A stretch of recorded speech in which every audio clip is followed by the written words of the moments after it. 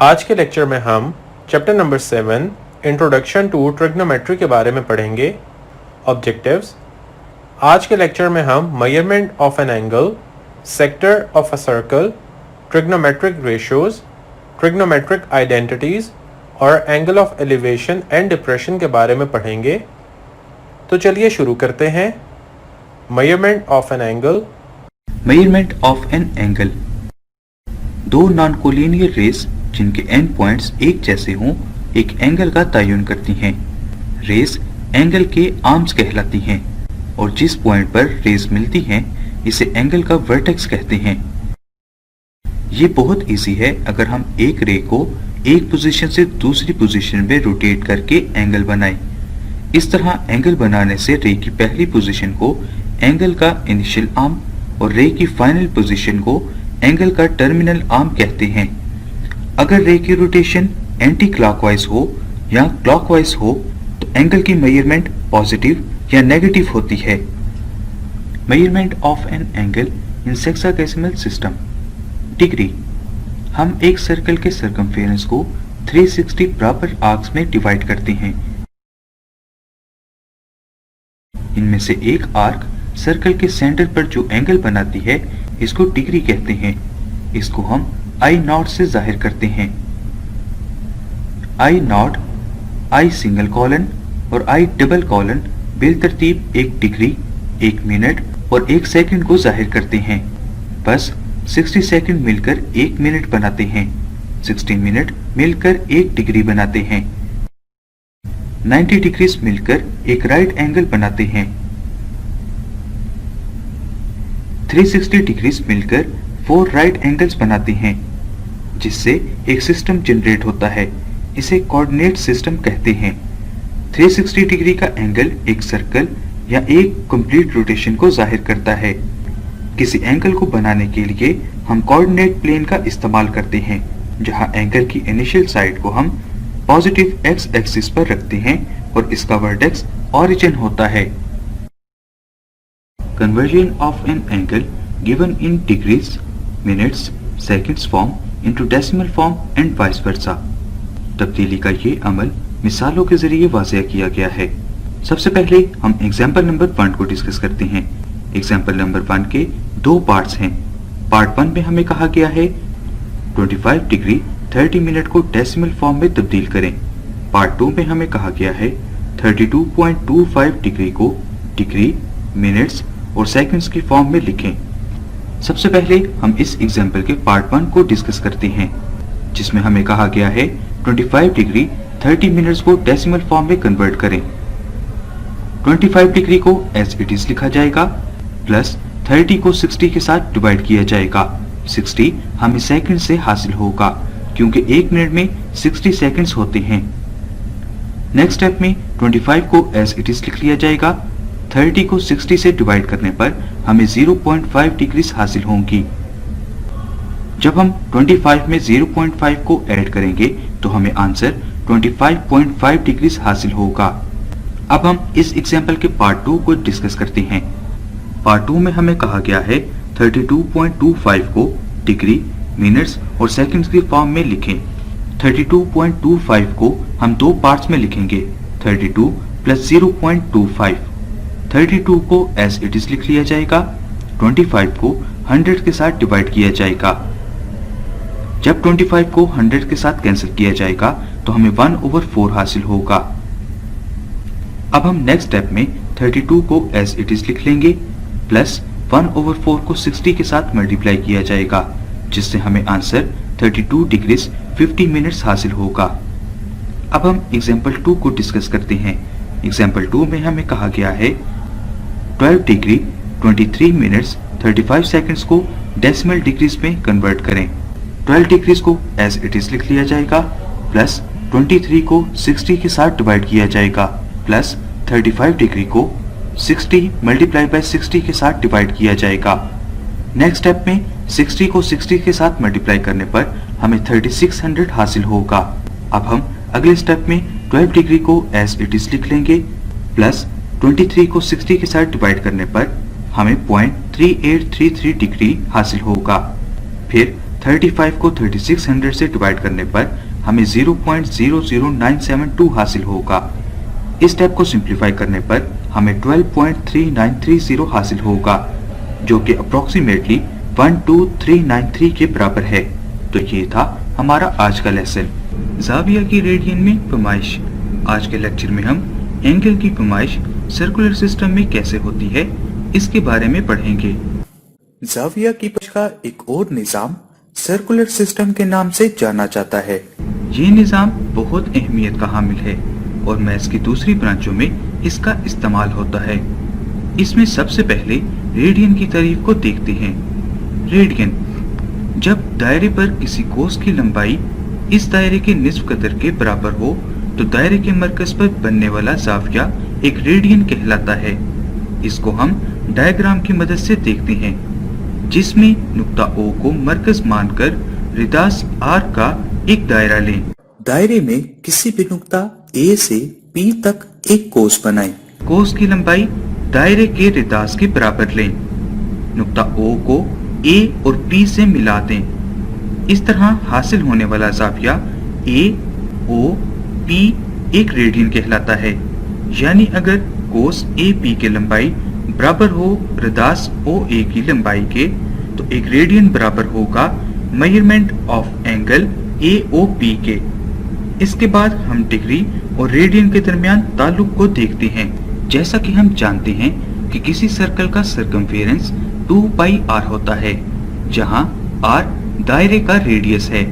क्योंकि सर्कल एक आर्क है जिसकी लेंथ 2πr के बराबर है, एक कंप्लीट सर्कल में एंगल की रेडियन में measurement 2πr/r is equal to 2π है। इसलिए 2π रेडियन 360 डिग्री के बराबर होता है, या हम कह सकते हैं पाई रेडियन 180 डिग्री के बराबर होता है। अब हम इस रिलेशन को इस्तेमाल करते हुए डिग्री को रेडियन और रेडियन को डिग्री में आसानी से तब्दील कर सकते हैं। यानी पाई रेडियन बराबर है 180 डिग्री के।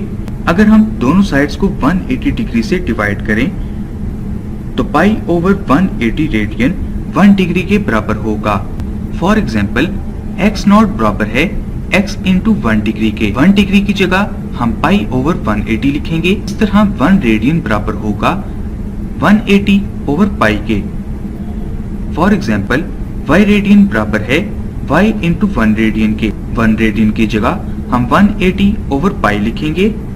इन रिलेशंस को इस्तेमाल करते हुए हम कुछ एंगल को डिग्री से रेडियन और रेडियन से डिग्री में चेंज करते हैं।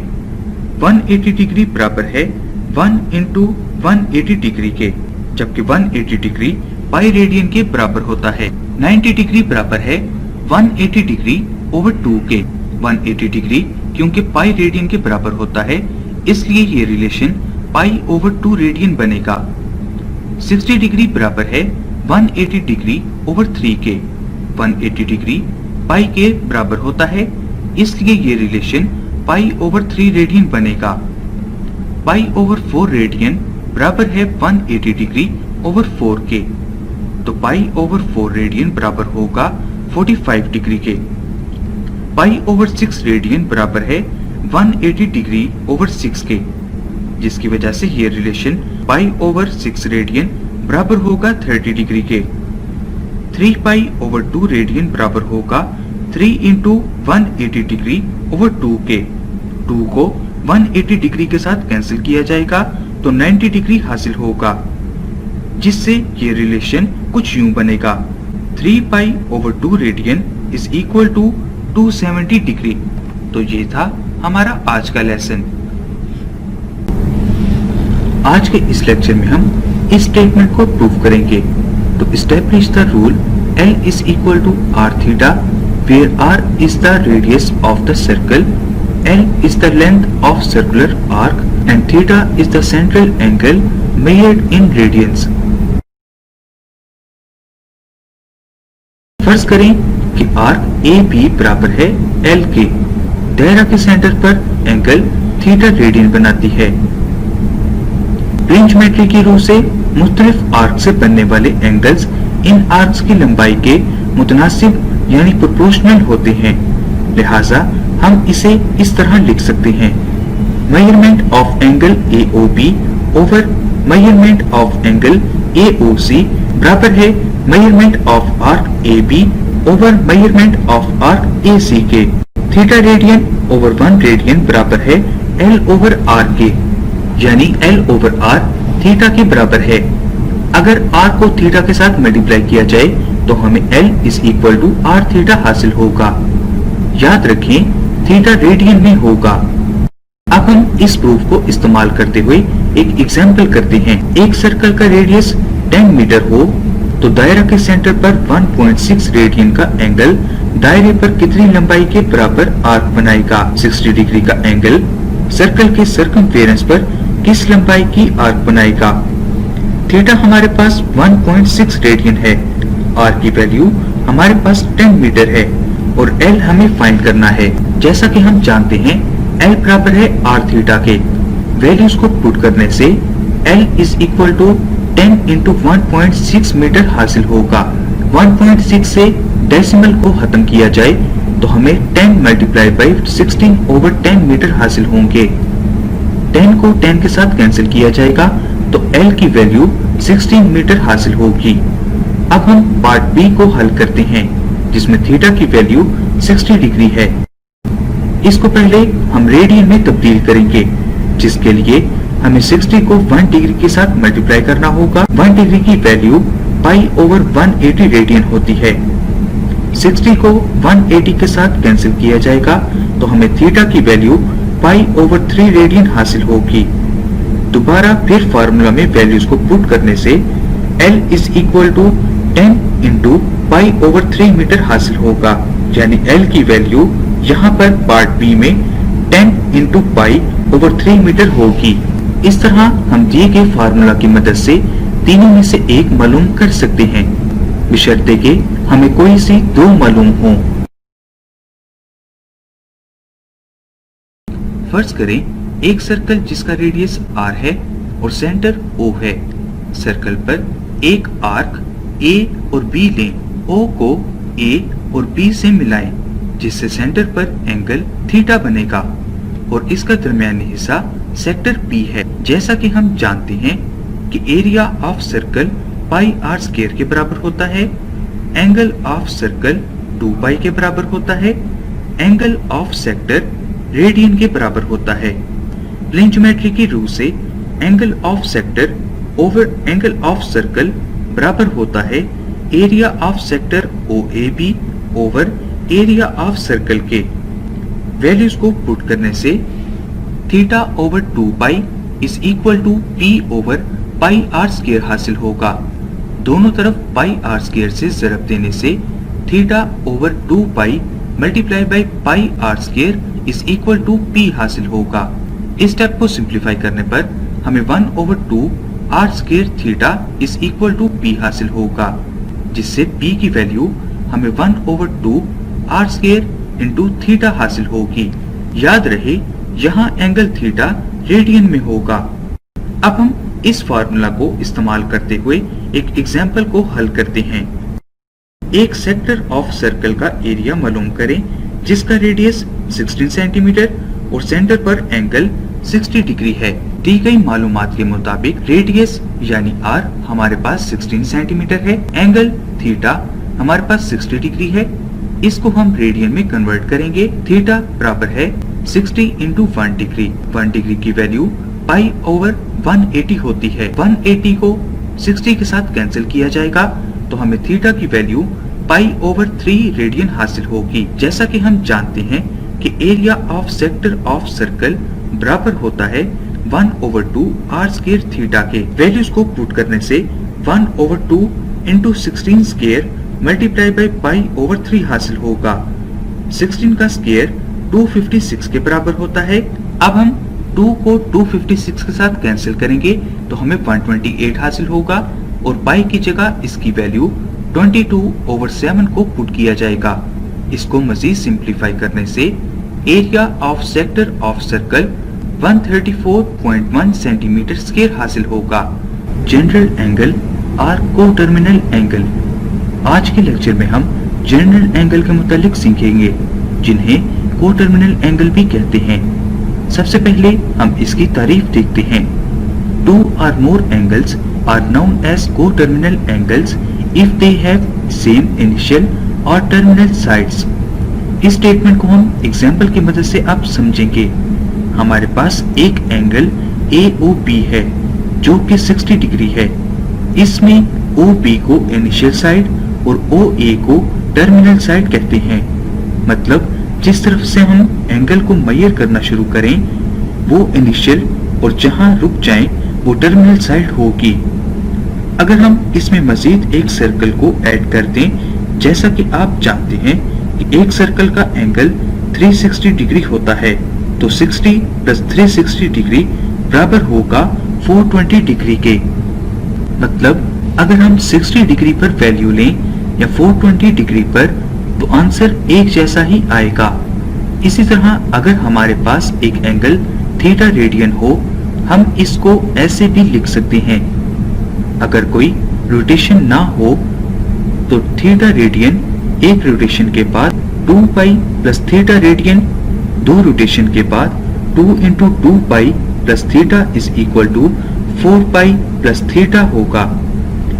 इसी तरह अगर हम इन दूसरी डायरेक्शन से मूव करके देखें, इसका साइन और वैल्यू भी चेंज हो जाएंगे, क्योंकि अब ये बराबर होगा -360 degree plus 60 degree is equal to -300 degree के। तो इसकी वैल्यू -300 डिग्री पर वही आएगी जो +300 डिग्री पर होगी। इसे भी कोटर्मिनल एंगल ही कहते हैं। अब हम इससे मुतालिक एक एग्जाम्पल करते हैं। एग्जाम्पल में हमें कहा गया है कि बताएं कि 120 डिग्री एंगल के साथ कौन से एंगल कोटर्मिनल हैं। -240, 480 या 400। जैसा कि हमने सीखा है कि अगर हम एक रोटेशन ऐड कर दें तो कोई फर्क नहीं पड़ता, लिहाजा 120 डिग्री प्लस 360 डिग्री बराबर होगा 480 डिग्री के। इसका मतलब 480 डिग्री भी कोटर्मिनल एंगल है। इसी तरह अगर हम डायरेक्शन को चेंज करके फाइंड करें तो -360 डिग्री प्लस 120 डिग्री बराबर होगा -240 डिग्री के। मतलब -240 डिग्री भी कोटर्मिनल एंगल है, लेकिन 400 कोटर्मिनल एंगल नहीं है, क्योंकि वो ना तो एक रोटेशन के बाद आया है और ना ही डायरेक्शन तब्दील करने से, लिहाजा 400 डिग्री कोटर्मिनल एंगल नहीं है। तो ये था हमारा आज का lesson, the quadrants and quadrantal angles. आज के टॉपिक में हम क्वाड्रेंट्स और क्वाड्रेंटल एंगल्स क्या हैं इसके बारे में सीखेंगे। अगर हम x एक्सिस और y एक्सिस को 90 डिग्री पर कट करें तो हमें प्लेन 4 हिस्सों में हासिल होगा, जहां x एक्सिस और y एक्सिस एक दूसरे को कट करते हैं उसे ओरिजिन कहते हैं और उसे O से जाहिर करते हैं। अब हम इसको डायग्राम की मदद से समझते हैं। 0 डिग्री से 90 डिग्री तक एंगल्स पहले क्वाड्रेंट में लाई करते हैं। 90 डिग्री से 180 डिग्री तक एंगल्स दूसरे क्वाड्रेंट में लाई करते हैं। इसी तरह 180 डिग्री से 270 डिग्री तक एंगल्स तीसरे क्वाड्रेंट में लाई करते हैं और 270 डिग्री से 360 डिग्री तक के एंगल्स चौथे क्वाड्रेंट में लाई करते हैं। पहले की तरह इसमें भी आपको कुछ एंगल्स देता हूँ, आप देखें कि ये किस क्वाड्रेंट में लाई करते हैं। -330 डिग्री, -140 डिग्री, 230 डिग्री और 425 डिग्री। लेकिन इससे पहले मैं एक नोट को भी डिस्कस करना चाहता हूँ। अगर एंगल का टर्मिनल आर्म x एक्सिस या y एक्सिस पर हो तो इससे बनने वाला एंगल क्वाड्रेंट कहलाता है। लिहाजा 90 डिग्री, 180 डिग्री, 270 डिग्री और 360 डिग्री के एंगल्स क्वाड्रेंटल एंगल्स कहलाते हैं। इनकी डायग्राम्स ये हैं। तो ये था हमारा आज का लेसन। उम्मीद है कि आपने सब कॉन्सेप्ट्स अच्छे से समझ लिए होंगे। अब आप इससे रिलेटेड क्वेश्चन सॉल्व करें। हम मिलते हैं इस ब्रेक के बाद। तो आपने सब क्वेश्चंस हल कर लिए होंगे। अब हम अपने अगले टॉपिक की जानिब बढ़ते हैं। Trigonometric ratios and trigonometric identities को समझते हैं।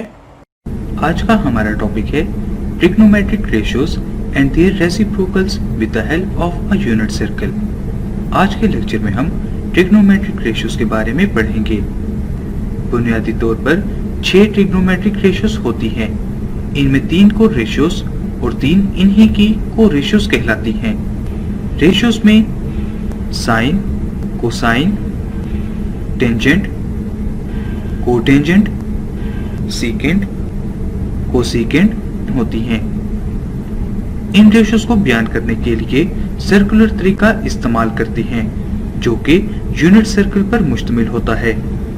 फर्ज करें हम एंगल की स्टैंडर्ड फॉर्म को हकीकी अदद थीटा रेडियन से जाहिर करते हैं।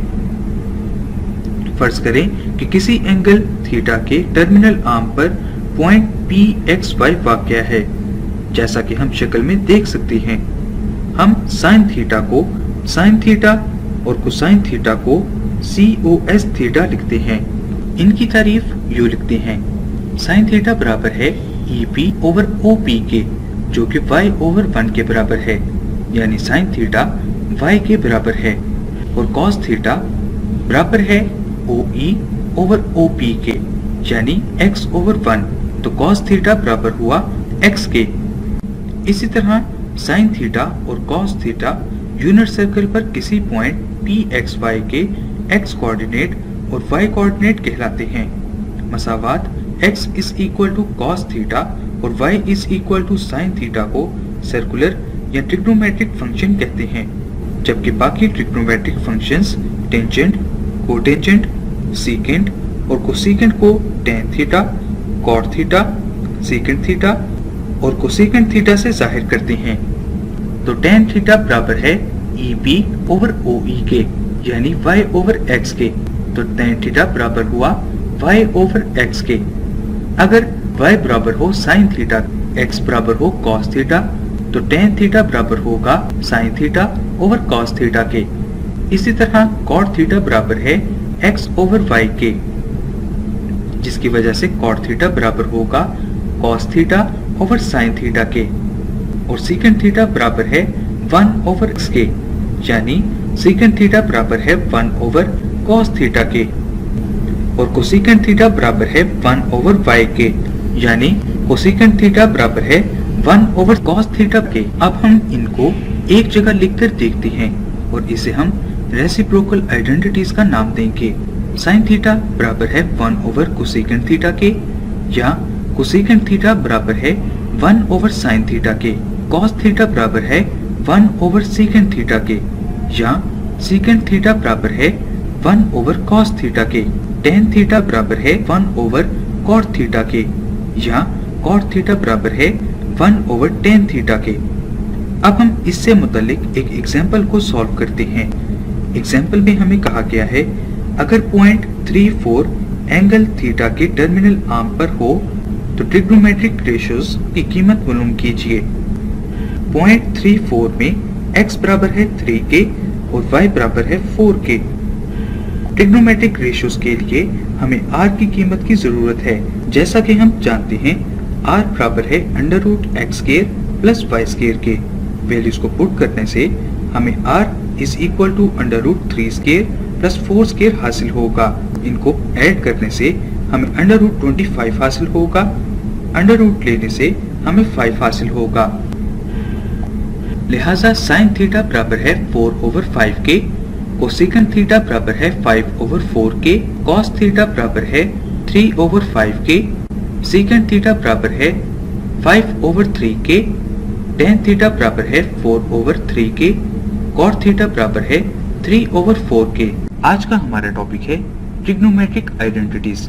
आज के इस लेक्चर में हम ट्रिग्नोमेट्रिक आइडेंटिटीज को देखेंगे और इनको प्रूव भी करेंगे। सबसे पहले फर्ज करें एक angle MOP is equal to theta radian की स्टैंडर्ड फॉर्म में लें। एंगल का टर्मिनल आर्म पॉइंट PXY लें। पॉइंट P से x एक्सिस पर परपेंडिकुलर गिराएं तो ट्राइएंगल OMP में पाइथागोरस थ्योरम के थ्रू हमें OM square plus MP square is equal to OP square हासिल होगा। यहाँ से फर्स्ट इक्वेशन हमारे पास x square plus y square is equal to r square होगी। इक्वेशन 1 को आर स्क्वायर पर डिवाइड करने से X square over R square plus Y square over R square is equal to are square over R square हासिल होगा। R square को R square के साथ कैंसिल किया जाएगा। इसको हम इस तरह भी लिख सकते हैं, X over R whole square plus Y over R whole square is equal to 1। जैसा कि हम जानते हैं X over R cos theta के बराबर होता है, y over r sine theta के बराबर होता है। वैल्यूज को पुट करने से cos theta whole square plus sine theta whole square 1 के बराबर होगा, जिससे हमारे पास first trigonometric identity cos square theta plus sine square theta is equal to 1 होगी। अब दोबारा इक्वेशन 1 को x स्क्वायर पर डिवाइड करें, x square over x square plus y square over x square is equal to are square over x square. X square को x square के साथ cancel किया जाएगा। 1 plus Y over X whole square is equal to R over X whole square. जैसा कि हम जानते हैं y ओवर x is equal to tan theta होता है और r ओवर x सेकंड थीटा के बराबर होता है। तो वैल्यूज को पुट करने से हमें 1 plus tan theta whole square is equal to second theta whole square हासिल होगा, जिससे हमें second trigonometric identity 1 plus tan square theta is equal to second square theta हासिल होगी। फिर एक मर्तबा इक्वेशन 1 को y स्क्वायर पर डिवाइड करने से x square over y square plus y square over y square is equal to r square over y square हासिल होगा। x over y whole square plus 1 is equal to r over y whole square. जैसा कि हम जानते हैं x over y cot theta के बराबर होता है और r over y cosecant theta के बराबर होता है। तो वैल्यूज को पुट करने से cot theta whole square plus 1 is equal to cosecant theta whole square हासिल होगा, जिससे हमें third trigonometric identity cot square theta plus 1 is equal to cosecant square theta हासिल होगी। ये तीनों आइडेंटिटीज ट्रिग्नोमेट्रिक आइडेंटिटीज कहलाती हैं और इससे हम वैल्यूज मालूम कर सकते हैं अगर इनमें से कोई एक दी गई हो। हमारा नेक्स्ट टॉपिक है angle of elevation and depression. तो चलिए इसको समझते हैं। फर्ज करें O, P और Q 3 पॉइंट्स हैं। इस तरह ये नुक्ता या पॉइंट P पॉइंट O की सतह से बुलंद है और पॉइंट Q पॉइंट O की सतह से नीचे है। एक perpendicular line PQ point P और Q में से खींचें। अब पॉइंट O से P को देखिए तो बनने वाला angle MOP angle of elevation कहलाएगा, मतलब कि ऑब्जर्वर की आंख से ऊपर बनने वाला एंगल एंगल ऑफ एलिवेशन होगा। इसी तरह O से पॉइंट P को देखें तो आपको आंखें नीचे करना होंगी, तो angle MOQ angle of depression कहलाएगा, मतलब कि ऑब्जर्वर की आंख से नीचे बनने वाला एंगल एंगल ऑफ डिप्रेशन होगा। अब हम दोनों से मुतालिक एक एक एग्जाम्पल करते हैं। Example number 1, a height of flagpole is 17.9 meter and its shadow is 7 meter. Find the angle of elevation of sun. तस्वीर से वाज़ेह होता है कि angle alpha angle of elevation है, क्योंकि ये ऑब्जर्वर की आंख से ऊपर की तरफ बन रहा है, लिहाजा tan alpha is equal to AC over BC होगा। वैल्यूज को पुट करने से हमें 17.9 ओवर 7 हासिल होगा। इस स्टेप को सिंप्लीफाई करने पर हमें वैल्यू 2.55714 हासिल होगी। अल्फा की कीमत निकालने के लिए alpha is equal to tan inverse 2.55714 लेना होगा, जिससे हमें 68.6666 डिग्री हासिल होगा, जिसको राउंड ऑफ करने पर 68 डिग्री 40 हासिल होगा। अब हम एक और एग्जाम्पल देखते हैं। इस एग्जाम्पल को हम एग्जाम्पल 2 का नाम देंगे।